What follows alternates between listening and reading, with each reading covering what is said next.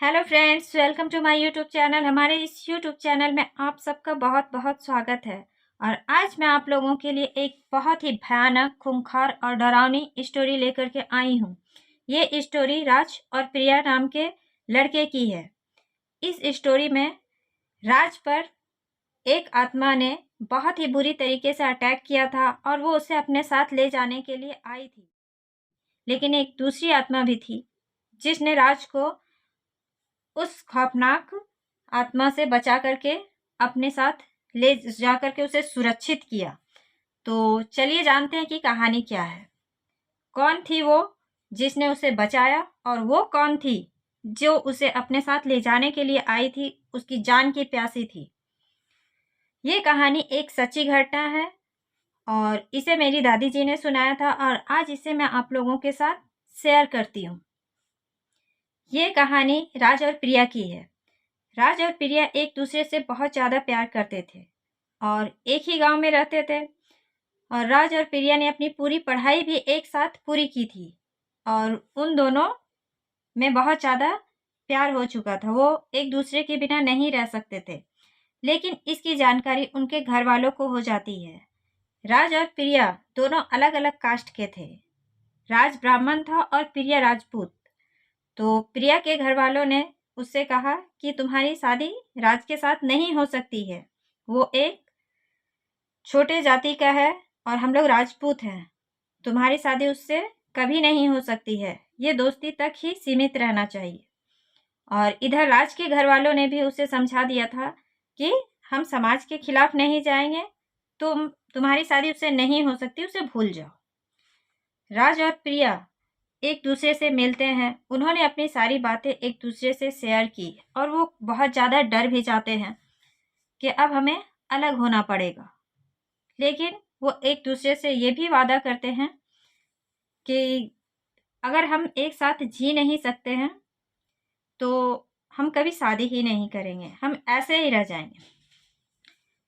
राज प्रिया को समझा करके कि तुम अब अपनी पढ़ाई पूरी करो और मैं अपनी पढ़ाई पूरी करने के लिए मुझे बाहर निकलना होगा। और इधर प्रिया ये कहती है कि अगर मेरी शादी तुमसे नहीं हुई तो मैं जान दे दूंगी। राज उसे समझाता है और अपनी पढ़ाई पूरी करने के लिए वो दिल्ली निकल जाता है। दिल्ली में उसने अपनी पूरी पढ़ाई 2 वर्षों में कंप्लीट की और अपनी पढ़ाई पूरी करने के बाद वो अपने घर सबसे मिलने के लिए आ रहा था।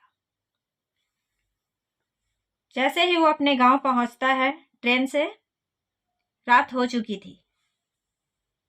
और उसके जो भी साथी थे जो उसके साथ उतरे हुए थे, उन्होंने राज को समझाया कि एक काम करते हैं, रात के 8 बज चुके हैं, हम लोग यहीं रुक जाते हैं। राज नहीं मानता है। वो कहता है कि नहीं, अभी रात इतनी भी नहीं हुई है, हम इतने सारे हैं, 3-4 लोग, चलो चले जाते हैं घर की ओर और आराम से घर में सोएंगे। लेकिन उनके जो दोस्त थे उन्होंने कहा कि नहीं, हमारे घर वालों ने इस जगह के बारे में अजीब अजीब सी बातें बता रखी है जो सही नहीं है। यहाँ पे जब हम उस रास्ते से गुजरते हैं तो वहाँ पे एक नदी पड़ता है और उस नदी के सामने कुछ तो है, हम लोग नहीं जाएंगे। राज नहीं मानता है। वो कहता है कि नहीं, तुम लोग को रुकना है तो रुको, मैं जा रहा हूँ, मैं भी तो देखूं कि वहाँ क्या है। ये सब मन का वहम, ऐसा कुछ नहीं होता है। वो उसकी बातों को काट करके निकल जाता है। वो जाने लगता है। जैसे जैसे वो आगे बढ़ रहा था वैसे वैसे सन्नाटा भी बढ़ रही थी। वो धीरे धीरे धीरे धीरे आगे की ओर जाने लगता है। थोड़ी दूर जाने तक तो वो सब कुछ ठीक रहता है, वहाँ उसे कुछ भी फील नहीं आता है। और जैसे ही वो आधे रास्ते पार करता है उसे एक अजीब सी फीलिंग आना चालू हो जाता है। रास्ता बहुत ज़्यादा सुनसान हो चुका था और कुत्तों की भौंकने की अजीब तरह की आवाज़ें आने लगी थी। ये आवाज़ें बहुत ज़्यादा डरावनी लग रही थी। लेकिन राज सोचता है कि ये कुत्तों की आवाज़ है। वो उन अकेले में रात में कुछ ज़्यादा ही आवाज़ तेज हो जाती है, ऐसा सोच करके वो आगे बढ़ने लगता है। पर उसे ऐसा फील हो रहा था कि नहीं, कोई तो है जो मेरे पीछे चल रहा है। फिर वो सोचता है कि नहीं, मेरी चप्पलों या की आवाज़ है, ऐसा कुछ नहीं है। वो ऐसा सोच करके वो फिर से चलने लगता है। वो थोड़ी दूर जाता है, तब तक उसे एक अजीब तरह की आवाज़, गुर्राने, एक जानवर की आवाज़ सुनाई देती है। उसे ऐसा लगता है कि यहाँ कुछ है। वो टॉर्च से फटाक से पीछे मारता है, पर वहां कुछ नहीं था। वो फिर से आगे चलने लगता है। जैसे जैसे वो चल रहा था, उसके साथ कोई और भी चल रहा था। उसकी दिल की धड़कनें अब तेज होने लगी थी। उसे ऐसा लग रहा था कि नहीं, जब मैं रुकता हूं तो वो भी रुकता है, और जब मैं चल रहा हूं तो कोई मेरे साथ चल रहा है। उसके रोंगटे खड़े होने लगते हैं और उसे एक भयानक सी आवाज सुनाई देती है। ऐसा लगता है कि कोई रो रहा है, और जस्ट उसके कान के सामने। वो फिर एक बार अपने टॉर्च को इधर उधर घुमाता है। वो देखता है रास्ता सुनसान था और जंगल एरिया भी था, तो उसे थोड़ा भय लगने लगा था। उसे ऐसा लगने लगा था कि नहीं, मैंने अपने दोस्तों की बात काट करके कुछ गलत तो नहीं किया। गांव अभी भी 20 मिनट का रास्ता था। वो फिर से चलता है कि नहीं, ऐसा कुछ नहीं है, मैं भी कहाँ इन सब में। ऐसा बोल करके वो फिर चलने लगता है। लेकिन अब ये आवाज जो थी जस्ट उसके एकदम कान में घुस रही थी। उसे अब इरिटेटिंग फील हो रहा था। वो अब डर जाता है, उसके रोंगटे खड़े हो जाते हैं और वो पसीना पसीना अब होने लगा था। उसे ऐसा लग नहीं रहा था, वो पूरा समझ चुका था कि मेरे साथ कोई है।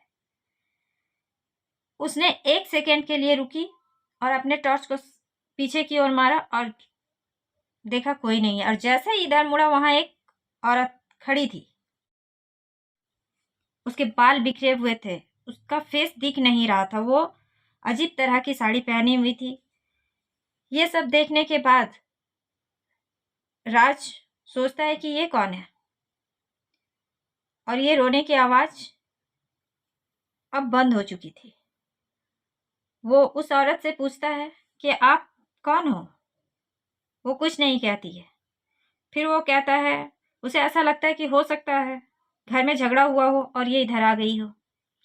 ये सब सोच करके वो उसे कहता है कि एक काम कीजिए, आप मेरे साथ चलिए, यहाँ कुछ ठीक नहीं है।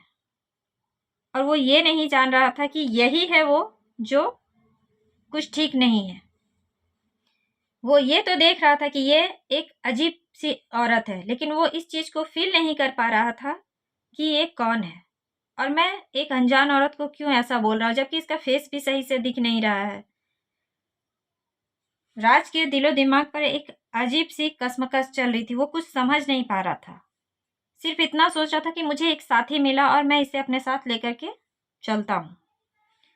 और वो चलने लगता है, और फिर से उसे एक आवाज सुनाई देती है। उसे एक किसी की रोने की आवाज सुनाई दे रही थी। अब इस बार उसने उस औरत से पूछा, क्या आपने कुछ सुना? उसने ना में सर हिला दिया। वो पूछता है कि आपका घर कहाँ है? उस औरत ने उंगली से इशारा करके नदी की ओर दिखाया। राज ऐसे देखता है और वो भौचक्का रह जाता है। वहां पे शमशान था।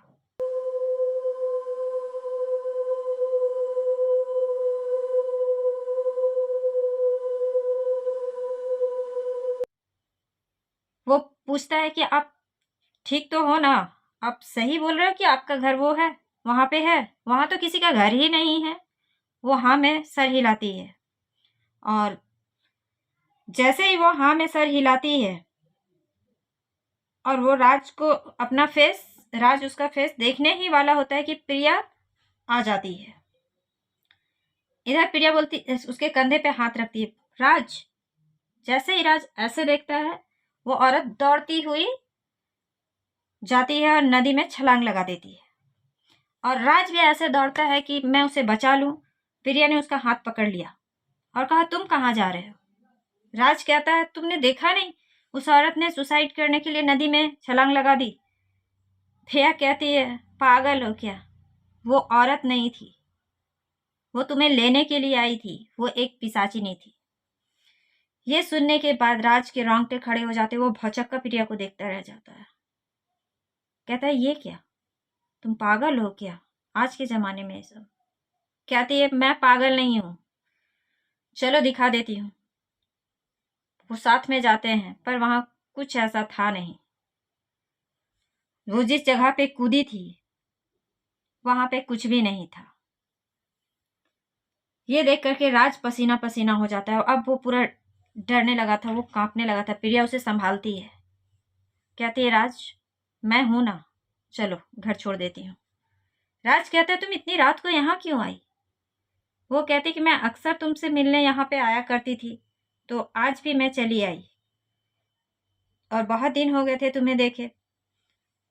वो दोनों बात करते करते चले जाते हैं घर की ओर। प्रिया उसे घर तक छोड़ती है और राज पूरा कांप रहा था। प्रिया उसे रिलैक्स करती है।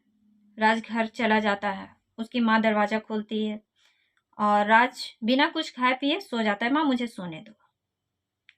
नेक्स्ट डे वो उठता है और जाता है बाजार की ओर। सारी वो अपनी जो भी था सब दोस्तों से मिलता है।